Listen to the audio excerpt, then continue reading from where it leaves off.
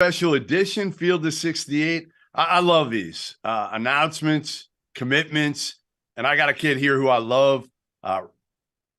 RayJ Dennis played 2 years at Boise, 2 years at Toledo, has gone into the transfer portal. Love your kind of old school game. Watch a bunch of you. You love backing dudes down, posting them up as a guard. You play angles. You're smart. Your assist to turnover ratio was ridiculous. MAC Player of the Year, averaged 19.5 points, almost 6 assists, 3 to 1 assist to turnover ratio. Crafty guard, can really post up, like I said.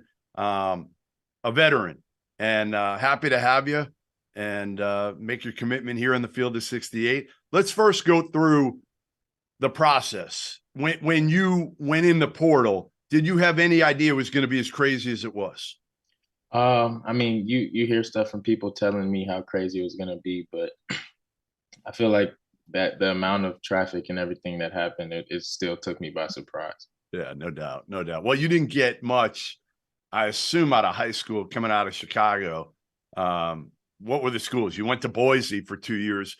You're looking at mostly mid-majors? Yeah, mostly mid majors coming out of high school. So what was the biggest reason that you put your name in the portal from Toledo after having a year like you did last year? Well, I mean, first and foremost, like I love them dudes at Toledo. Those are family for life, and I mean, I wouldn't even be able to be in this position without them. So, saying that first, but I mean, just wanting to play on the biggest stage possible and live out a childhood dream. Play at a high major, obviously. Going through the process, it's a little different. We talked about this before we jumped on here. NIL, when you throw that into the mix, it kind of makes things a little bit tougher to make a decision, right? Because you got this money that, may not be life-changing, but it's significant. It's significant to, we're saying 20 grand, whatever it is significant to a college kid. How difficult is it to try to make a decision that, again, you're looking at what's best for you and also the taking in the money part of it? No, I mean, absolutely. It's a reality now, and you have to look at it. But the way I kind of went about my decision and made my decision was more about the long run and like playing the long game and not necessarily getting enamored over the NIL right now. All right, who do you think you play like? Give me a guy in the league right now that you would Uh, compare yourself in the way you play. We're not saying you're that guy, yeah. but who do you play like? I feel like it's like a couple guys. You take a couple different guys, like the posting up aspect, like Jalen Brunson, Yeah. Yeah. and take that from him, and then just kind of playing angles and pick and roll stuff, like a little bit of Chris Paul and Tyus Jones, and I'd probably say like those three, a mixture. That's pretty good. Hey, those are winning players. I mean, anytime you start with Brunson and his, and that's what I talked to a bunch of coaches about you, and they said that, your competitiveness, your intangibles, your leadership, all that as well, that's going to translate to the next level. In addition to your game, you're not the most athletic dude in the world. Neither is Jalen Brunson, right? Like, Right. he's not, but he gets it done, doesn't he? Yeah, it's a monster. Monster, absolute monster. All right, what schools were you looking at the end? So the last four I was looking at was Utah, Illinois, Baylor, and Michigan. And your deal was crazy because honestly, at one point or another, everybody thought you were going to each of those four schools. Right. Like, seriously, you did a good job of somehow, I don't know how you did it because most guys don't, but it was like like a week ago, I texted you. I'm like, Utah? You're like, no, not necessarily. I don't know yet. Then it was like Illinois early. Then I think for a minute it was Michigan, then Baylor, and now, like nobody knows. Nobody Right. knows. So, all right, let's get down to it. I got 3 of the hats behind me. I don't have a Utah hat, but I got 3. I got Michigan, Baylor, Illinois right behind me. We'll pretend there's a Utah hat there too. Where will you finish your college career? I'm gonna finish my college career and play my last season at Baylor. Baylor Bears, Scott Drew. You need a hat there. I don't know if a hat will fit on your head Right, though. right. Probably a shirt. You got, yeah, no doubt, no doubt. I'm sure Scott Drew will send you plenty of gear for you for until you get to Waco. What Right. was the reason that you chose Baylor? It was a tough decision, no question.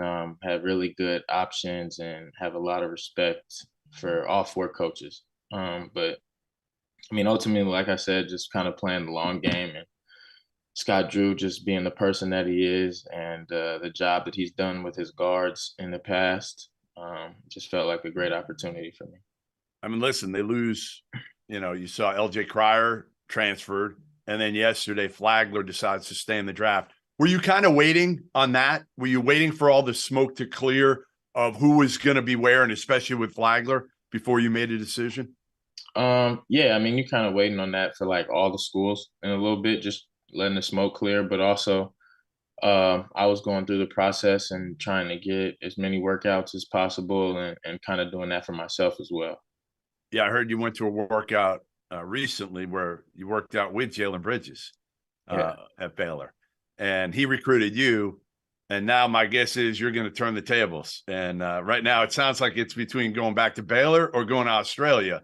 So you wearing him out a little bit now? You flipping it? I will. I will. No, he's a good player. So Yeah. absolutely. No, listen. And again, I think the beauty of what you did was you chose even all four of the programs, schools that needed you, that you could come in and play a big role and start right away. How did Scott Drew say that he intends to kind of use you, because you're different than a lot of those other point guards that he's had? Yeah. No, absolutely. And really just kind of selling the development piece. It's all about getting better. And if we want to live out my goal of playing in the NBA one day, you got to get better, kind of period. And then just kind of telling me that the opportunity is there, but not necessarily promising me anything and kind of leaving that competitive aspect that I have to work for it and everything. I love that. Well, I'm sure you know that from your kind of ride so far, your 4 years in college, right? At Boise, you didn't play a ton. You go to Toledo, played a good amount your first year there, but weren't what you were a year ago. And then it was kind of a gradual deal. And I feel like not only that, also your perimeter shot, right? That got a lot better last year with reps, didn't it? Absolutely. Absolutely. What's the part of your game that you still feel like you need to work on the most next year? Um, Shooting, honestly, and defense, showing I could guard 1 through 3, everybody on the court, and then also just being a high level shooter and being able to shoot at the highest level. All right. Well, listen, RayJ Dennis, congrats, my man. Great having you. Field of 68 special announcement.